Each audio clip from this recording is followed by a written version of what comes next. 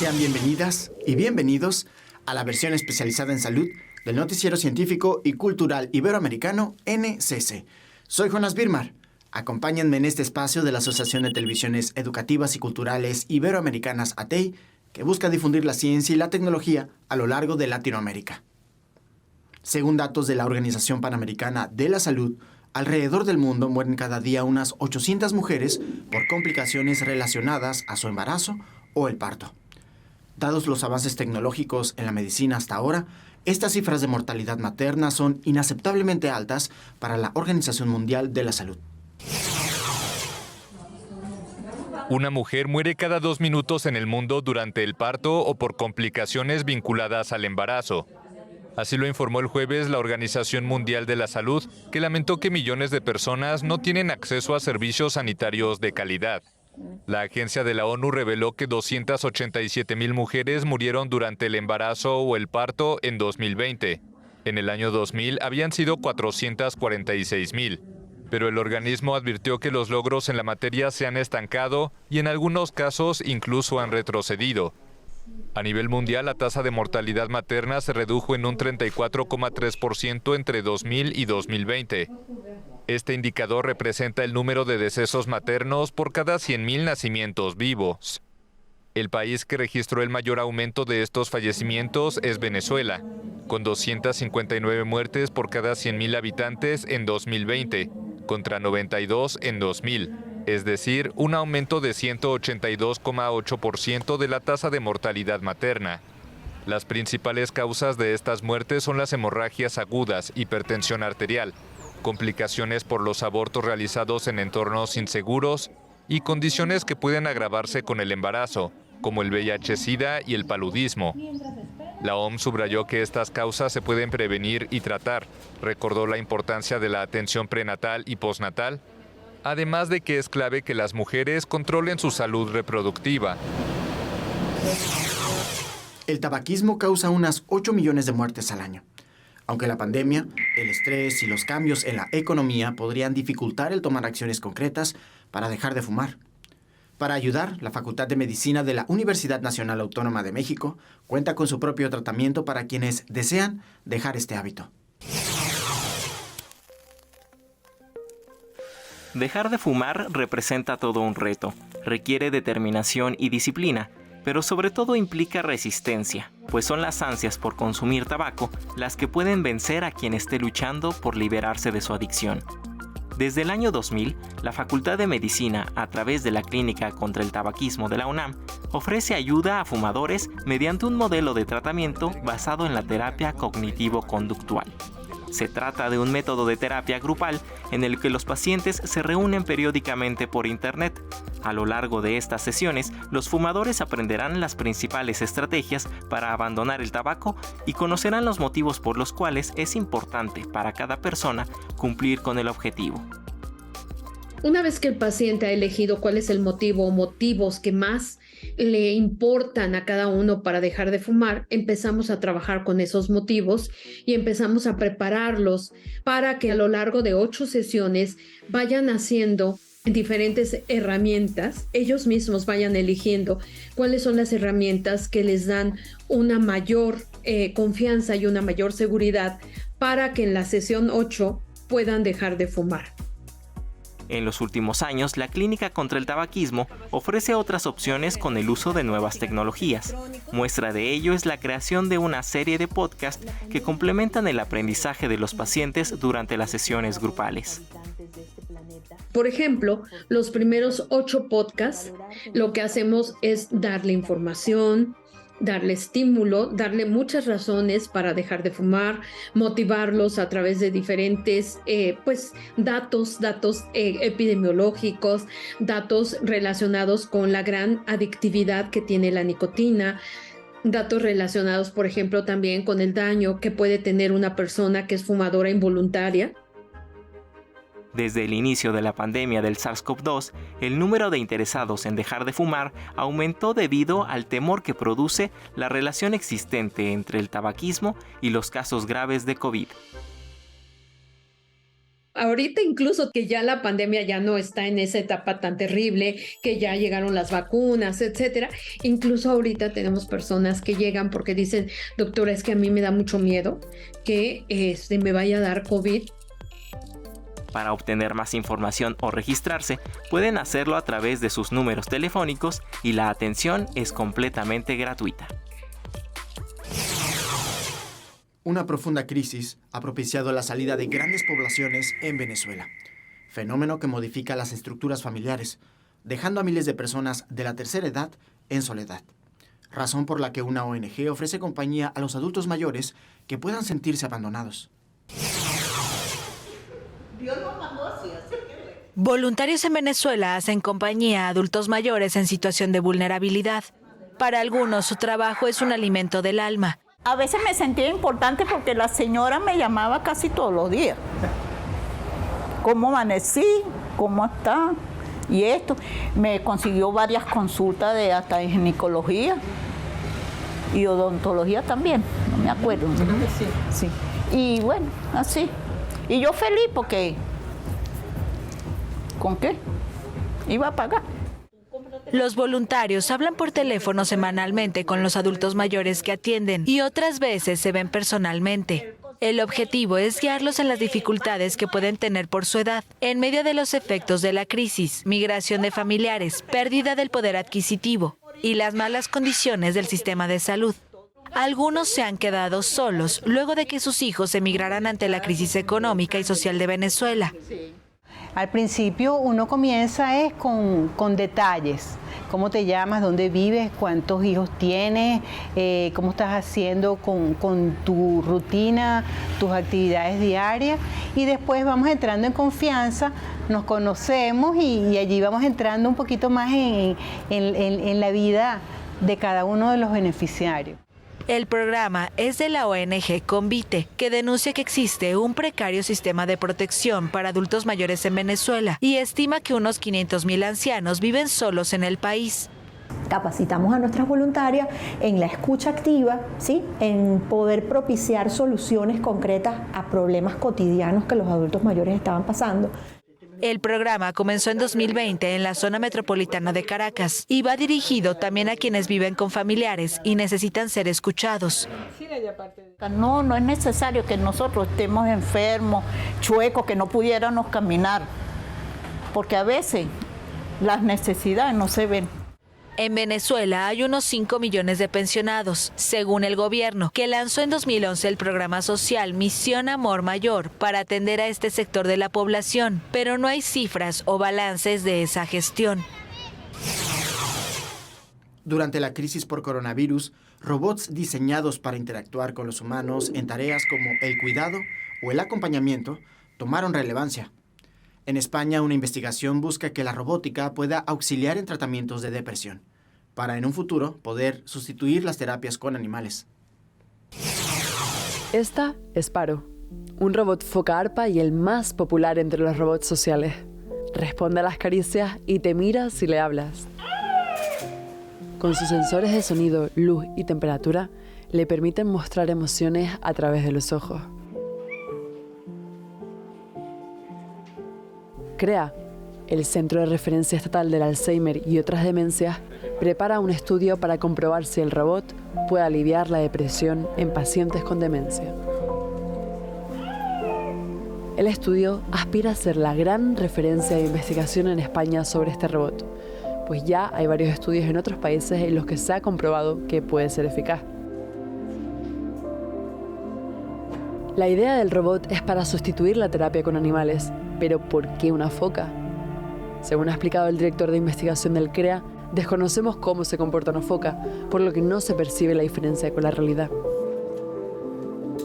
Paro lo creó hace más de 20 años el ingeniero japonés Takanori Shibata. Su precio es elevado y ronda los 6.000 euros, razón por la cual no ha sido tan difundido en otros centros españoles. El CREA tiene un robot foca desde 2009 y lo ha estado usando con el fin de reducir el consumo de psicofármacos en pacientes, pues tienen un costo elevado, efectos secundarios y no siempre dan resultados. Se espera que el estudio dure 6 meses, con el objetivo también de evaluar cuánto duran los efectos del uso de este robot. En África, la mayoría de los países atribuyen las enfermedades mentales a la brujería, convirtiéndola en un estigma que provoca que muchas personas sean expulsadas de sus familias y terminen vagando en las calles. No obstante, un centro especializado en la capital de la República Democrática del Congo busca devolverle la dignidad a quienes padezcan alguna enfermedad mental. Los enfermos mentales de Kinshasa suelen acabar en las calles acusados de estar poseídos por los malos espíritus. En el centro Telema, en el barrio de Kintambo, fundado y gestionado por la religiosa española Ángela Gutiérrez y sus compañeras de las Hermanas Hospitalarias, cada día asisten a quienes nadie quiere. La hermana Ángela llegó a la República Democrática del Congo hace 30 años y con una fuerza de ánimo descomunal se enfrentó al gran tabú de las enfermedades mentales, fundando en 1989 este centro. Ahora Telema, que significa levántate, tiene 2 centros en la capital y se ha convertido en un referente en el tratamiento de las enfermedades mentales. Reciben cerca de 125 pacientes al día y en un país donde no existe una sanidad gratuita les cobran 5 euros por consulta a quienes se lo pueden permitir. El centro cuenta con un pabellón que puede alojar a 23 internas, mujeres con graves problemas mentales que necesitan ser hospitalizadas o simplemente un lugar para curarse. Además, en el centro Telema de Kintambo han montado un taller de costura para que estas personas que nadie quiere solo por tener un problema mental pueden aprender a coser y ganarse la vida. Los invito a ser parte de nuestros canales de WhatsApp y Telegram. En un momento regresamos con más información.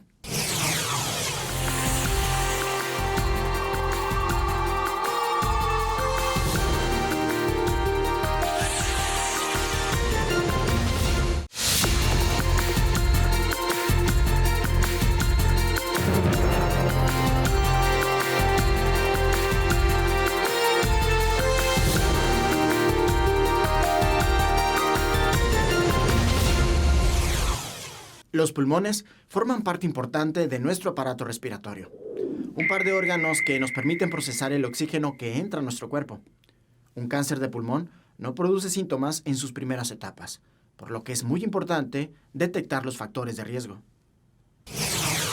¿Qué tal? Buenos días. Yo soy el doctor Ramsés Aguilera, soy adscrito al Servicio de Oncología del Hospital Civil Fray Antonio Alcalde y el día de hoy vamos a platicar un poquito sobre los factores de riesgo para cáncer de pulmón, teniendo en cuenta que el cáncer de pulmón es el tumor con mayor mortalidad a nivel mundial. Según el Globocan, el 18% de todas las muertes por cáncer está debida a cáncer de pulmón y en México diagnosticamos nosotros aproximadamente 7.500 nuevos casos y reportamos 7.000 defunciones anuales por esta enfermedad.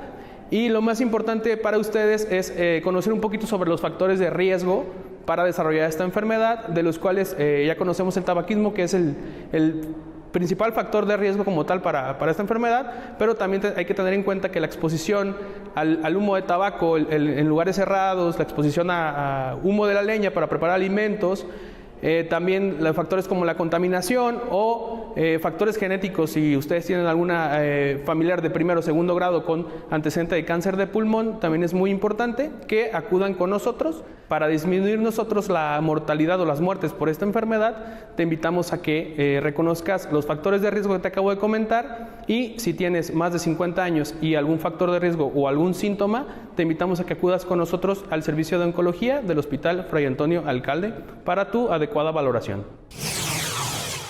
Un sistema de salud público necesita de miles de médicos y personas en el área de enfermería para echar a andar una institución que garantice la atención de todos según las recomendaciones internacionales. Sin embargo, un déficit de personal especializado en salud es un fenómeno que se extiende alrededor del mundo y que tiene a 500.000 de niños sin un médico pediatra en España.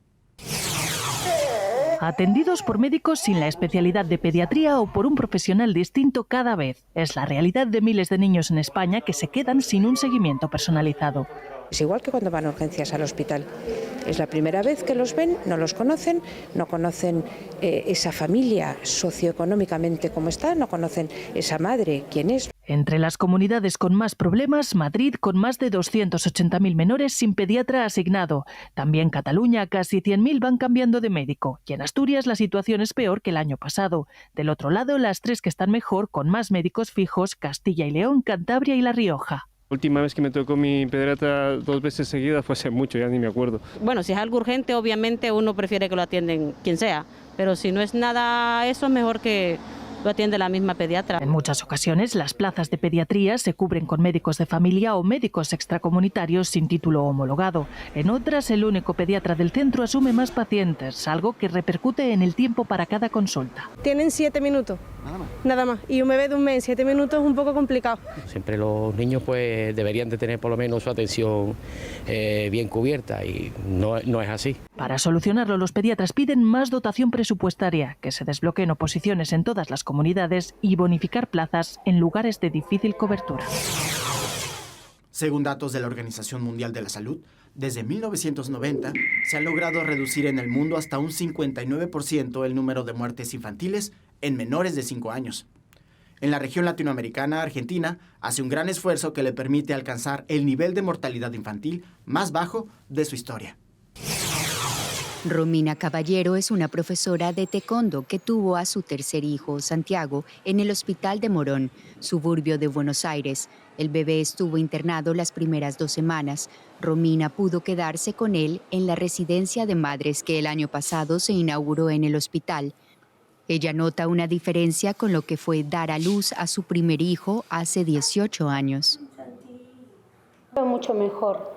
El tema de muchos años atrás, que también que hay muchas informaciones que tampoco nos daban, digamos, la cuestión es que, bueno, como dice, la asignación.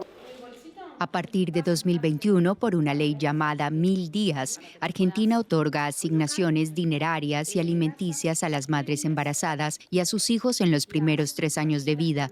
Los médicos deben informarlo a sus pacientes. Es una ayuda que nos da para que nos podamos comprar las cosas a los chicos, lo mismo que los kits que nos dieron. Esto es muy importante porque nos sentimos acompañadas también.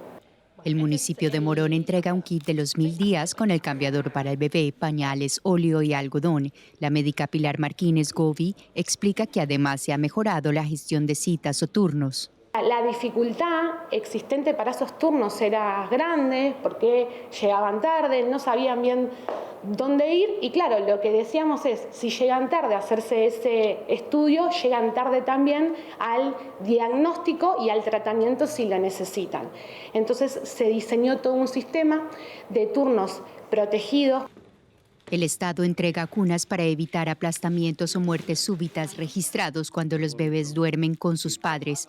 Este conjunto de acciones por la ley de los 1000 días contribuyó a que la mortalidad infantil en el primer año de vida bajara en 2021 a 8 de cada 1000, el menor nivel de la historia de Argentina, según la Secretaría de Acceso a la Salud. Argentina tiene, digamos, venía con una tendencia al descenso de mortalidad infantil, pero lo importante es que los 2 últimos años la vuelve a recuperar. Habíamos tenido como una meseta, en la medida también que tenemos menos nacimientos en adolescentes, eso también favorece, ¿no? Porque en el grupo de adolescentes puede haber mayor prematurez. Por la mayor difusión de métodos anticonceptivos, la tasa de embarazo en adolescentes se redujo a 1/3 desde 2015. El presidente de la Sociedad Argentina de Pediatría celebra la caída de la mortalidad infantil, pero advierte sobre la desigualdad a lo largo del territorio, con provincias cuyas tasas triplican a las de otras, y advierte que el confinamiento también puede haber contribuido. En el año 2021, que son los datos que estamos analizando, el país estaba saliendo todavía del aislamiento social y para la pediatría, que tiene mucha estacionalidad, digamos, nosotros nos manejamos mucho con la patología del invierno como condicionante de las infecciones de la mortalidad, esto también estuvo influenciado. Habrá que ver si la mortalidad infantil continúa descendiendo. Argentina tiene sus problemas económicos, pero ha logrado bajar la mortalidad infantil a su mínimo histórico. Argentina tiene sus divisiones políticas, pero ha logrado un consenso para aprobar una ley que protege a los niños en los primeros 1000 días de vida. Tailandia legalizó el aborto hasta las 12 semanas de gestación en febrero del 2021. Para septiembre de ese mismo año, el plazo se extendió hasta las 20 semanas. aunque al día de hoy el acceso a este servicio se ve limitado, pues existe poca información al respecto, además de que muchos profesionales de la salud en ese país rechazan el realizar esta práctica debido a sus creencias personales. El aborto continúa siendo un tabú en Tailandia pese a su legalización hace 2 años, donde la religión y la falta de información juegan un papel importante. It's quite difficult because they don't have information, they cannot access online, so they still face some difficulties in accessing abortions. El aborto es legal hasta las 20 semanas de embarazo, pero su acceso supone un desafío. La ley que permite interrumpir el embarazo sin justificantes es muy importante y progresista para los derechos de la mujer en el sudeste asiático. Cada año se estima que cerca de 30.000 mujeres se someten a un aborto en Tailandia, muchos de ellos a través de técnicas clandestinas que terminan en lesiones o incluso la muerte. El país cuenta con apenas un centenar de centros que realizan interrupción del embarazo, una cifra que supone menos del 50% de cobertura del territorio nacional. A la falta de escasez de centros se suma el rechazo de los profesionales para realizarlo y no manchar su reputación ni tener mal karma.